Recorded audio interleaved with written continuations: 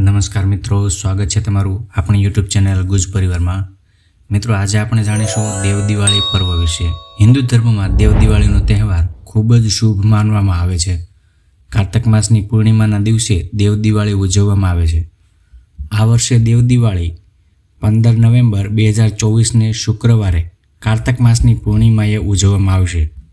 આ તારીખને દેવ દિવાળી અથવા તો ત્રિપુરારી પૂર્ણિમા પણ કહેવાય છે। આ દિવસે નદી સ્નાન, દાન તેમજ દીવાઓનું દાન કરવાની પરંપરા છે।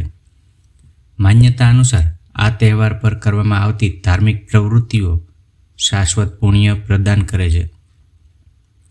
અક્ષય પુણ્ય એટલે એવું પુણ્ય જેની અસર જીવનભર રહે। મિત્રો, આપણે આ વિડીયોમાં દીપદાન તથા પૂજા મુહૂર્ત અને વ્રતકથા તથા મહાત્મ્ય જાણીશું। પરંતુ જો આપ આ ચેનલ પર પહેલીવાર વિડીયો જોઈ રહ્યા હોય તો ચેનલ સબસ્ક્રાઇબ કરજો અને વિડીયો લાઇક કરી શેર કરવાનું ભૂલશો નહીં। ધન્યવાદ। આમ તો દિવાળી પર્વ ધનતેરસથી શરૂ થાય છે અને લાભ પાંચમથી પૂરું થાય છે એવું માનવામાં આવે છે, પરંતુ દિવાળી પછી થોડા દિવસ બાદ દેવ દિવાળી ઉજવવામાં આવે છે અને ત્યારબાદ દિવાળીનો તહેવાર પૂરો થયો એવું માનવામાં આવે છે। હિન્દુ ધર્મમાં દેવ દિવાળીનું ઘણું જ મહત્વ છે। તેના માટે આપણે એક કથા વાર્તા દ્વારા જાણીશું। તો ચાલો શરૂ કરીએ। મહાભારતના કર્ણ પર્વ અનુસાર ભગવાન કાર્તિકેયે તારકાસુરનો વધ કર્યો પછી તેના 3 પુત્રોએ દેવતાઓ પાસેથી બદલો લેવાની પ્રતિજ્ઞા લીધી।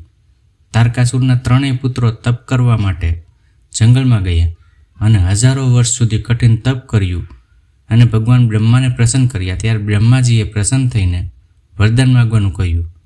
ત્યારે 3 પુત્રોએ બ્રહ્માજી પાસે અમરત્વનું વરદાન માગ્યું, પરંતુ બ્રહ્માજીએ તેને અમરત્વના વરદાન માટે ના પાડી અને તેને એવી શરત રાખવા કહ્યું જે અત્યંત મુશ્કેલ હશે। એ શરત પૂરી થયા પછી જ તમારું મૃત્યુ થશે। ત્રણેય ધ્યાનથી વિચારીને બ્રહ્માજી પાસે વરદાન માગ્યું, હે પ્રભુ, તમે અમારા માટે 3 પુરીઓ બનાવો, એટલે કે 3 શહેર બનાવો। આ 3 પુરીઓ અભિજીત નક્ષત્રમાં એક પંક્તિમાં ઊભી રહે અને ખૂબ જ શાંત ક્રોધની સ્થિતિમાં કોઈ અશક્ય રથ અને અશક્ય તીરની મદદથી અમને મારવાનો પ્રયાસ કરે ત્યારે અમે મરી જઈએ। બ્રહ્માજીએ કહ્યું, તથાસ્તુ। આવી રીતે બ્રહ્માજી અંતર્ધ્યાન થઈ ગયા। શરત મુજબ તેને 3 પુરીઓ એટલે કે 3 શહેરો આપવામાં આવ્યા। તેમાં 3 પુત્રોને વિશ્વકર્માએ તારકક્ષ માટે સ્વર્ણપુરી, કમલાક્ષ માટે રજતપુરી અને વિદ્યુન્માલી માટે લોહપુરી નગરી બંધાવી આપી। આ 3 રાક્ષસો આવી રીતે ત્રિપુરાસુર કહેવાણા। આ 3 ભાઈઓ આ શહેરોમાં રહીને 7 જગતમાં આતંક મચાવ્યો હતો। તે જ્યાં પણ ગયા ત્યાં બધા ભલભલા માણસોને હેરાન કરતા રહેતા।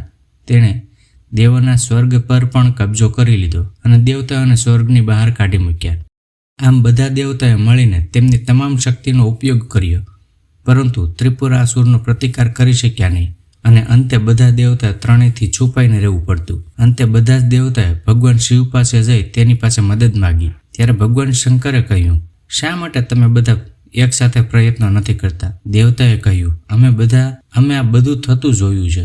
ત્યારે શિવે કહ્યું, હું તમને મારી શક્તિ આપું છું અને તમે ફરી પ્રયાસ કરો। પરંતુ બધા દેવતાઓ ભગવાન શિવની અડધી શક્તિને પણ સંભાળી શક્યા નહીં।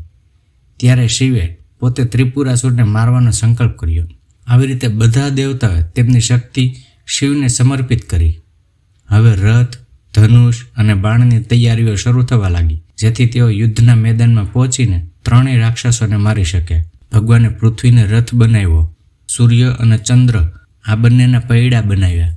જ્યારે સર્જનહાર સારથી બન્યા તો ભગવાન વિષ્ણુ બાણ બન્યા, તો મેરુ પર્વત ધનુષ્ય બન્યા અને વાસુકી ધનુષ્યના તાર બન્યા। આમ આ રીતે અશક્ય રથ તૈયાર કરવામાં આવ્યો અને વિનાશની આખી કૃત્ય સર્જાઈ। જ્યારે ભગવાન શિવ એ રથ પર સવાર થયા ત્યારે બધા જ દેવતાઓએ તે રથને ટેકો આપ્યો હતો, તે પણ ડગમગવા લાગ્યો। પછી ભગવાન વિષ્ણુ વૃષભ બન્યા અને તે રથમાં જોડાયા। તે ઘોડાઓ અને બળદની પીઠ પર સવાર થઈને મહાદેવે તે રાક્ષસ નગરીને જોયું અને પશુપાત શસ્ત્રોનો નાશ કર્યા પછી તેણે 3 નગરોને એક કરવાનો સંકલ્પ કર્યો।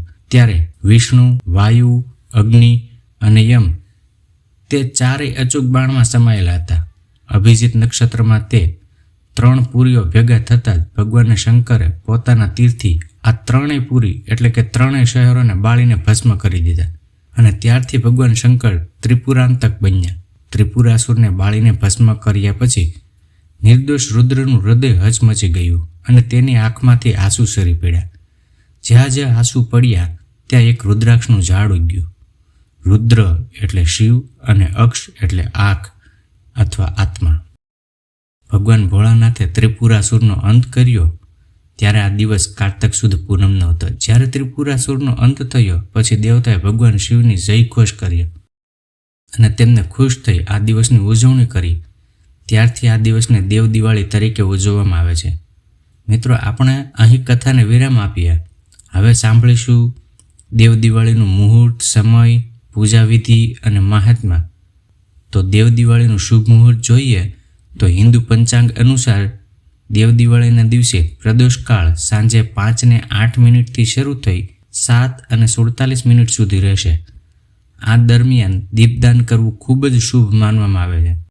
મિત્રો, દેવ દિવાળીએ આ રીતે દીપદાન કરી શકાય. દેવ દિવાળીની સાંજે પ્રદોષકાળમાં 5, 11, 21, 51 કે પછી 108 દીવામાં ઘી કે પછી સરસવનું તેલ ભરવું. જે બાદ નદીના ઘાટમાં જઈને દેવી કે દેવતાઓનું સ્મરણ કરવું.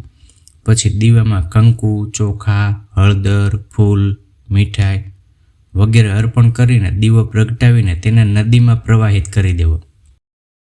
હવે આપણે પૂજા વિધિ તથા આ દેવ દિવાળીમાં કેવા કાર્યો કરી શકાય તે પણ જાણીશું. જે લોકો નદીમાં સ્નાન કરી શકતા નથી તેમણે ગંગાજળને પાણીમાં મિક્સ કરીને પોતાના ઘરે સ્નાન કરવું જોઈએ. સ્નાન કરતી વખતે વ્યક્તિએ તમામ તીર્થ સ્નાનો અને પવિત્ર નદીઓનું ધ્યાન કરવું જોઈએ. પૂર્ણિમાના દિવસે પવિત્ર નદીમાં સ્નાન કરવું જોઈએ. આ દિવસે અનેક શ્રદ્ધાળુઓ ગંગા, યમુના, નર્મદા, શિપ્રા જેવી પવિત્ર નદીઓમાં સ્નાન કરવા આવે છે. ત્યારબાદ સૂર્યદેવને તાંબાના લોટામાં જળ, લાલ ફૂલ, સિંદૂર, ચોખા નાખીને અર્ઘ્ય આપો. ભગવાન શિવની સાથે અન્ય દેવી દેવતાની પૂજા કરો. ભગવાન શિવને ફૂલ, માળા, સફેદ ચંદન, ધતુરો, આકડાના ફૂલ, બીલીપત્ર ચઢાવવાની સાથે ભોગ લગાવો. અંતમાં ઘીનો દીવો અને ધૂપદીપ કરીને ભગવાન શિવની સ્તુતિ અને આરતી કરવી. ભગવાન વિષ્ણુ અને મહાલક્ષ્મીનો અભિષેક કરવો જોઈએ. ઘણા લોકો કાર્તિક પૂર્ણિમાનો ઉપવાસ પણ રાખે છે. સૂર્યાસ્ત પછી ઉગતા ચંદ્રને અર્ઘ્ય અર્પણ કરવું જોઈએ. આ માટે ચાંદીના વાસણમાં દૂધ ભરીને ચંદ્રને અર્પણ કરો. ઓમ પુત્ર સોમાય નમઃ મંત્રનો જાપ કરી શકાય. આ દિવસે ભગવાન સત્યનારાયણની કથા વાંચવી અને સાંભળવી જોઈએ. હનુમાનજીની સામે દીવો પ્રગટાવો અને સુંદરકાંડ, હનુમાન ચાલીસાનો પાઠ કરો. ઓછામાં ઓછા 108 વાર રામ નામનો જાપ કરો. શિવલિંગ પર જળ અને કાચું દૂધ અર્પણ કરો. મધ અને ગંગાજળનો અભિષેક કરવો. શિવલિંગ પર ચંદનનો લેપ કરવો. ભગવાન કૃષ્ણના બાળ સ્વરૂપ ગોપાલને કેસર મિશ્રિત દૂધથી અભિષેક કરવો જોઈએ. તુલસી સાથે માખણ અને મિશ્રી અર્પણ કરો. જરૂરિયાતમંદ લોકોને દૂધ, ફળ, નારિયેળ, કપડાં, ચપ્પલ, ગરમ કપડાં, ધાબળા વગેરે વસ્તુઓનું દાન કરવું જોઈએ. મિત્રો, અહીં આપણે આપણા વિડીયોને વિરામ આપીશું અને ફરી પાછા મળીશું નવા વિડીયોમાં નવી માહિતી સાથે. ત્યાં સુધી આપ સૌને મારા જય શ્રી કૃષ્ણ.